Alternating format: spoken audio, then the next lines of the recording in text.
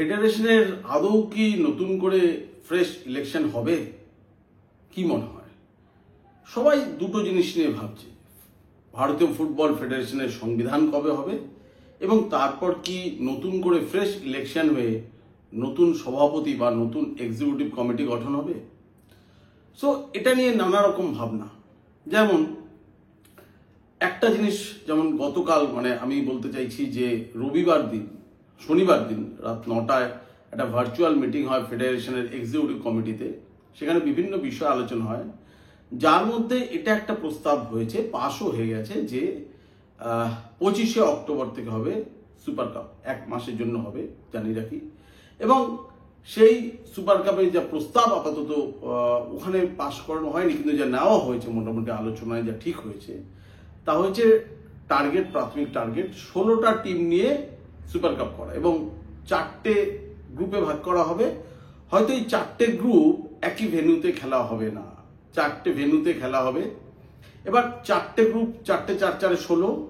এই প্রতিটা গ্রুপ থেকে যে শীর্ষ দল থাকবে সেই দল যারা শীর্ষ পয়েন্ট পেয়ে উঠে আসবে তারা প্রথম 4-এ অর্থাৎ সেমিফাইনালে উঠবে এবং সেখান থেকে 4টে টিমের সেমিফাইনাল দিয়ে যে ফাইনাল হবে, ফাইনালে একটা দল চ্যাম্পিয়ন, দুটো দল উঠে ফাইনাল, একটা দল চ্যাম্পিয়ন। সেটা যে কোনো 4টে ভেন্যুর মধ্যে একটা ভেন্যুতে হবে, এরকম মোটামুটি একটা ভাবা হয়েছে।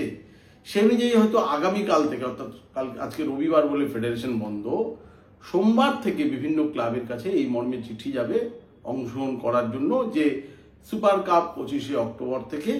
সে অনুযায়ী কনফার্মেশনের জন্য বিভিন্ন ক্লাবকে চিঠি পাঠানো হবে। এইবার প্রশ্ন হচ্ছে, সেই ক্লাবগুলো সুপার কাপ এই মুহূর্তে খেলবে কি খেলবে না। ডুরান্ডে যেমনি বিভিন্ন আইএসএল ক্লাবের কাছে গিয়েছিল খেলার প্রস্তাব, কিন্তু অনেক ক্লাব বলেছে আমরা এখনো তৈরি নই, তাই আমরা এই মুহূর্তে খেলতে পারবো না। সো সুপার কাপ খেলার জন্য যখন এই মর্মে বিভিন্ন ক্লাবের কাছে চিঠি যাবে, সেই ক্লাবগুলি তখন ঠিক করবে যে আমরা সুপার কাপে খেলার জায়গায় আছি না নেই। কিন্তু অনেক টিম চাইছে যে আগে দেখে নিই যে আইএসএলটা কবে হবে, সেই অনুযায়ী আমরা টিম করবো, নাহলে করবো না যদি আইএসএলটা নাই হয়। এবং গতকাল একটা বিডিং প্রসেস নিয়ে আলোচনা হয়েছে যে এই বিডিং প্রসেসটা কিভাবে হবে, কার হাতে দায়িত্ব দেওয়া হবে বিড করা, অর্থাৎ বিগ ফোর না অন্য কোনো কোম্পানি, প্রফেশনাল কোম্পানি যারা ভালোভাবে বিডিংটা পরিচালনা করে আন্তর্জাতিক ক্ষেত্রে, সঙ্গে কাকে দেওয়া হবে দায়িত্ব, সেটার জন্য তো একটা টেন্ডার ডাকতে হবে। সেই টেন্ডারের প্রসেসটা কালকে ঠিক হলো এবং আপাতত সেই দায়িত্বে কিন্তু অবসরপ্রাপ্ত বিচারপতি নাগেশ্বর রাও, একজন এএফসির একজন ভদ্রলোক আছেন যিনি ফাইন্যান্স দেখেন, এবং ফেডারেশন সভাপতি কল্যাণ চৌবে, 3 সদস্যের একটা বিডিং কমিটি ঠিক হয়েছে যারা এই বিডিং প্রসেসটা দেখবে। আপাতত যে কাদেরকে এই যে বিডিং ডাকা হবে, যে এখন যে টেন্ডার ডাকা হবে, সেটা হচ্ছে গিয়ে কে পাবে এই আইএসএল নিয়ে টেন্ডার করার কোম্পানি, যে প্রক্রিয়াটা চালাবে, বিগ ফোর না অন্য কেউ, সেটাও টেন্ডারের মাধ্যমেই আসতে হবে। কিন্তু যেটা উল্লেখযোগ্য, কাল কিন্তু মিটিংয়ে পরিষ্কারভাবে বলে দেওয়া হয়েছে এটা কিন্তু আইএসএল এর টেন্ডার। অর্থাৎ আগে যেমনি রিলায়েন্স যেটা করেছিল এফএসডিএল, যে ভারতীয় ফুটবলের মার্কেটিং রাইটস নিয়েছিল, অর্থাৎ তারা 50 কোটি টাকা বছরে দিত, তার জন্য ISL, I league, Santosh trophy, যে কোনো ন্যাশনাল টুর্নামেন্টস এবং ইন্ডিয়া টিম, প্রত্যেকটা রাইটস, মার্কেটিং রাইটস তাদের কাছে ছিল। কিন্তু এক্ষেত্রে বলা হচ্ছে শুধুমাত্র হবে যেটা যে আইএসএল এর টেন্ডার, ঠিক আছে, যে টাকাটা যারা আসবে তারা কিন্তু আইএসএল চালানোর জন্য একটা ভারতীয় ফুটবল ফেডারেশনকে দেবে এবং আইএসএলটা চালাতে যা খরচ হবে এটা কিন্তু পরিষ্কার বলে দেওয়া হচ্ছে। তবে ভারতীয় দলের খরচ অনেকটাই কিন্তু কেন্দ্রীয় সরকার বহন করে। কোথাও ক্যাম্প বা কোথাও টিম খেলতে যায় তার ফ্লাইট ফেয়ার অনেকটা, বা কোচের বেতন অনেকটা কিন্তু আমাদের কেন্দ্রীয় সরকার বহন করে। স্বাভাবিকভাবে এই শনিবার রাত 9টার ভার্চুয়াল মিটিংয়ে সদস্যরা প্রশ্ন তোলেন যে তাহলে আই লিগের ভবিষ্যৎ কি। আইএসএল তো বুঝলাম যে একটা বিডিং প্রসেসে যাচ্ছি, তাহলে আমাদের আই লিগের ভবিষ্যৎ কি। সেখানে তখন জানানো হয় যে আই লিগের যেহেতু চ্যাম্পিয়নশিপ রেলিগেশন নিয়ে একটা সমস্যা তৈরি হয়েছে, অর্থাৎ চ্যাম্পিয়ন ঘোষণা হয়েছিল চার্চিল, ক্যাশ বলে দিয়েছে চ্যাম্পিয়ন হয়েছে ইন্টারকাশি, অথচ রেলিগেশন নিয়েও বেঙ্গালুরু এবং পাঞ্জাব এফসি, দিল্লি এফসি, এগুলোর একটা সমস্যা তৈরি হয়েছে, যেগুলো আন্তর্জাতিক সেই ক্যাশের কাছে গিয়েছে। সব নিয়ে একটা সমস্যা আছে বলে এই মুহূর্তে আই লিগের ডেট জানানো হচ্ছে না। অর্থাৎ আই লিগটা কিন্তু এখনো 20 বাউ জলে, এটা একটা নানা রকম সমস্যা রয়েছে।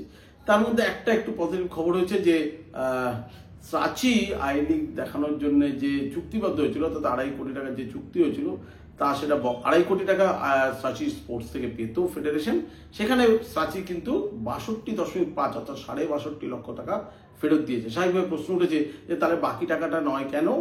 বাকি টাকাটা নয় এই কারণে, সাচি স্পোর্টসের পক্ষ থেকে অফ দ্য রেকর্ড বলা হচ্ছে যে তাদের সঙ্গে যে চুক্তি হয়েছিল তাতে ছিল যে কোনো মাধ্যমে তারা খেলাটি দেখাতে পারে, কিন্তু একটা জায়গায় বাধ্য হয়ে সবাই মিলে সোনিতে দেখাতে বাধ্য হয়েছিল, এবং যার ফলে সাচি তাদের বিজ্ঞাপনের প্রচুর লস করেছে।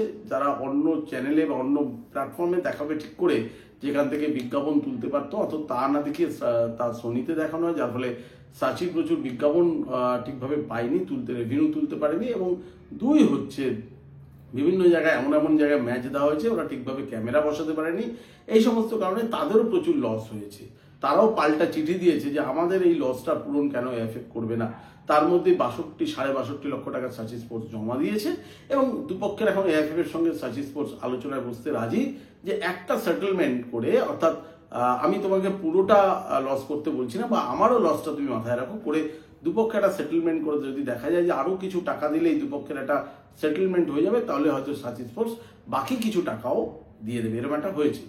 এরই পরিপ্রেক্ষিতে যেটা আলোচনা হচ্ছে, তাহলে কি ফেডারেশনের আদৌ ইলেকশন হবে? এটা নিশ্চিত করে বলা যায় যে কনস্টিটিউশন আসছে, নতুন কনস্টিটিউশন, এবং সেটা সম্ভবত আমার মনে হয় এই কামিং উইক, অর্থাৎ কাল যে সোমবার শুরু হচ্ছে সেখান থেকেই হয়তো এই সপ্তাহের মধ্যে হবে, বা খুব বেশি হলে 10-15 দিনের মধ্যেই নতুন কনস্টিটিউশন চলে আসছে। ভারতীয় সংবিধান, মানে ভারতীয় ফুটবল ফেডারেশনের সংবিধান জানাবে আমাদের সুপ্রিম কোর্ট। মোস্ট প্রবলি আশা করা যাচ্ছে, এভাবে দিনক্ষণ বলা যায় না, আশা করা যায় 10 থেকে 15 দিনের মধ্যে বা এই সপ্তাহের মধ্যেই চলে আসবে। কারণ 30শে অক্টোবর শেষ সময় নির্ধারণ করে দিয়েছে ফিফা যে এর মধ্যে নতুন সংবিধান জানাতেই হবে, না হলে শাস্তির মুখে পড়তে হবে, অর্থাৎ ব্যানের মুখে পড়তে হবে ভারতীয় ফুটবল ফেডারেশনকে। তাই আশা করে যাচ্ছে আমার 7 থেকে 10, আমি আরেকটু বললাম 15 দিন, তার মধ্যেই নতুন সংবিধান সম্পর্কিত কিছু জানিয়ে দেবে হয়তো সুপ্রিম কোর্ট। কিন্তু তখন পাশাপাশি একটা বিষয় উঠে আসছে, তাহলে কি নতুন সংবিধান এলেই নতুন ভাবে ফ্রেশ ইলেকশন হবে, নতুন সভাপতি আসবে? এ প্রসঙ্গে একটা কথা বলি, যদি সেটা সম্ভব হয় যে নতুন ইলেকশন হবে, তাহলে কিন্তু 4 বছরের টার্ম, অর্থাৎ একটা টার্ম যে 4 বছর থাকে সেটা পূরণ করতে পারছেন না ফেডারেশন সভাপতি কল্যাণ চৌবে, এবং স্বাভাবিকভাবে তিনি কিন্তু ইলেকশন ঘোষণা হলে ইলেকশনে দাঁড়াতে পারবেন না। তাহলে অবশ্যই তিনি চাইবেন না যে ইলেকশন হোক, তিনি চাইবেন যতটা ডিলে হোক, অর্থাৎ তার নেক্সট ইয়ারে 26শে আগস্ট পর্যন্ত যদি চালিয়ে নেওয়া যায়, তাহলে কিন্তু জুলাই আগস্ট অব্দি চালিয়ে নেওয়া যায়, তাহলে পুরো তার একটা টার্ম কমপ্লিট হয় এবং তিনি ফেডারেশনের সভাপতি পদে অবশ্যই লড়তে পারবেন। উল্টো দিক দিয়ে ফেডারেশন সভাপতি যিনি ছিলেন আগে, প্রফুল্ল প্যাটেল, তার যে নতুন স্পোর্টস বিল হয়েছে, অর্থাৎ স্পোর্টস বিল অনুযায়ী একটা টার্ম পুরো কমপ্লিট না করলে নতুন করে কেউ সভাপতি পদে লড়াই করতে পারবেন না, যেটা কল্যাণ চৌবের পক্ষে সম্ভব হবে না এখন যদি ইলেকশন ঘোষণা হয়। একই সমস্যা কিন্তু প্রফুল্ল প্যাটেলের ক্ষেত্রেও হবে। প্রফুল্ল প্যাটেল সবাই ধরে নিচ্ছেন যে হয়তো তিনি সভাপতি পদে লড়বেন, যদিও তিনি নিজে জানাচ্ছেন বিভিন্ন তার ঘনিষ্ঠ মহলে যে তিনি লড়তে চান না, সভাপতি অন্য কেউ হবে, কিন্তু তিনি এই দলকে নেতৃত্ব দেবেন। তবে তিনি যদি শেষ পর্যন্ত রাজনীতিতে, শেষ কথা বলে তো কিছু হয় না, রাজনীতিকরা শেষ মুহূর্তে নিজের আসল খেলাটা দেখান, তো প্রাথমিকভাবে বলেন না। তাই হয়তো অনেকে মনে করছেন তিনি এটা কথার কথা বলছেন, হয়তো তিনি নিজেই আসবেন। কারণ স্পোর্টস বিলে আছে যে 2টো টার্ম প্রেসিডেন্ট থাকার পর যদি একটা টার্ম কুলিং পিরিয়ড হয়, তাহলে তিনি আবার নির্বাচনের প্রতিদ্বন্দ্বিতা করতে পারবেন। অর্থাৎ প্রফুল্ল প্যাটেলের জন্য এই টার্মটাই যে তিনি নেই, এটা কল্যাণ চৌবে আছেন, এই টার্মটা তিনি না থাকলে তার কুলিং পিরিয়ড হয়ে গেল, সো তিনি নতুন করে আবার ভোটে দাঁড়াতে পারবেন। কিন্তু তিনি কি আদৌ দাঁড়াতে পারবেন যদি এখন ইলেকশন হয়? যে কারণে টার্ম কমপ্লিট না হওয়ার জন্য কল্যাণ চৌবে যদি না দাঁড়াতে পারেন, তাহলে একই সমস্যায় পড়ে যাবে, আইনি সমস্যা পড়বেন প্রফুল্ল প্যাটেল। কেন পড়বেন? কারণ টার্মটাই তো কমপ্লিট হচ্ছে না, যে কারণে টার্ম কমপ্লিট না হওয়ার জন্য কল্যাণ চৌবে দাঁড়াতে পারবেন না পুরো টার্ম কমপ্লিট না হওয়ার জন্য। তাহলে টার্ম যদি কমপ্লিট না হয়, তাহলে 2টো টার্মে প্রেসিডেন্ট থাকার পর যে একটা টার্মের কুলিং পিরিয়ড আছে, সেটাও প্রফুল্ল প্যাটেল তাহলে ক্রস করছেন না। তাহলে প্রফুল্ল প্যাটেল যদি একটা টার্ম কুলিংয়ে না যান, তাহলে তিনি দাঁড়াতে পারবেন না। আবার কল্যাণ চৌবে একটা টার্ম পুরো না কাটালে দাঁড়াতে পারবেন। অর্থাৎ এখন যদি ইলেকশন হয়, তাহলে কিন্তু কল্যাণ চৌবে, প্রফুল্ল প্যাটেল দুপক্ষের জন্যই বেশ সমস্যা হয়ে দাঁড়াবে ফেডারেশনের ভোটে দাঁড়ানো। সেক্ষেত্রে অনেকে বিরোধী শিবিরের, মানে প্রফুল্ল প্যাটেল শিবিরের অনেকে যে ঠিক আছে, এই তো অগাস্ট হয়ে গিয়ে সেপ্টেম্বর পড়ে গেল, আর তো কোনো দেখতে দেখতে 10-11টা মাস দেখতে দেখতেই কেটে যাবে। আইএসএল যদি শুরু হয় ডিসেম্বরে, নতুন টেন্ডার ডেকে, তারপর দেখতে দেখতে জুলাই আগস্ট এসে যাবে। সো এখন যদি ইলেকশন না হয়, নাও হবে, কিন্তু নতুন কনস্টিটিউশন চলে এলে ইলেকশনের দামামা বেজে যাবে এবং বুঝে যাবে যে কারা কারা কে কে দাঁড়াতে পারবেন। তাতে যদি কল্যাণ চবে ভোটে দাঁড়াতে পারে, দাঁড়াক না। তো এইবার ইলেকশনটা এখন হবে না 26-এ গিয়ে হবে, এটার আইনি ব্যাখ্যা আছে, দু তরফে দুরকম আছে। ফিফা যেমনি বলেছে যে 26 অব্দি, এটা এপ্রিল মাসেই একটা কল্যাণ চবেকে মেল পাঠিয়েছিল যে এটার টার্ম 26 অব্দি আছে, যেটার আবার অনেক রকম আইনি ব্যাখ্যা আছে। কেউ বলছে ইন্টারিম বডি, কিন্তু সুপ্রিম কোর্ট এখন অব্দি সরাসরি সেভাবে কিছু ইলেকশন নিয়ে বলেনি। যতক্ষণ না সুপ্রিম কোর্ট কিছু ইলেকশন নিয়ে জানাচ্ছে, এটা ইলেকশন হবে কি হবে না কেউ বলতে পারছে না। যে আইনি ব্যাখ্যাটা আইনজীবীরা দিতে পারবেন যে আদৌ এই যে ইলেকশনটা হয়েছিল এটা কি ইন্টারিম বডি।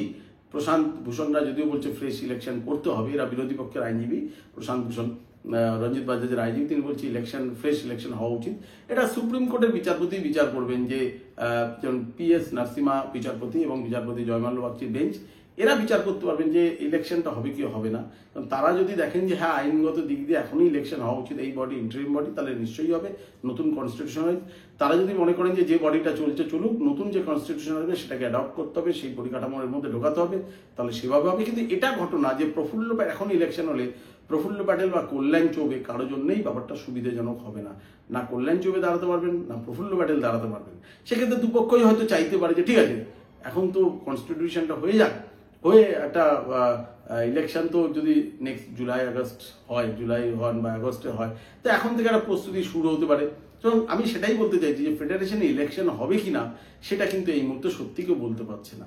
কনস্টিটিউশন ডেফিনেটলি আসছে, কিন্তু ফেডারেশনে আদৌ ইলেকশন এই মুহূর্তে হবে কিনা তা নিয়ে একটা সন্দেহের বাতাবরণ দেখা দিয়েছে। যদিও বিরোধী পক্ষের অনেকেই মনে করছে এটা কোনো ইস্যুই না, যখনই নতুন সংবিধান হয় সেই সংবিধান অনুযায়ী ইলেকশন হতেই বাধ্য। কারণ পুরনো যে বডিটা আছে নতুন সংবিধানের সঙ্গে মিলবেই না, তাহলে পুরনো বডি সংবিধানের সঙ্গে না মিললে তারা চালাবে কি করে।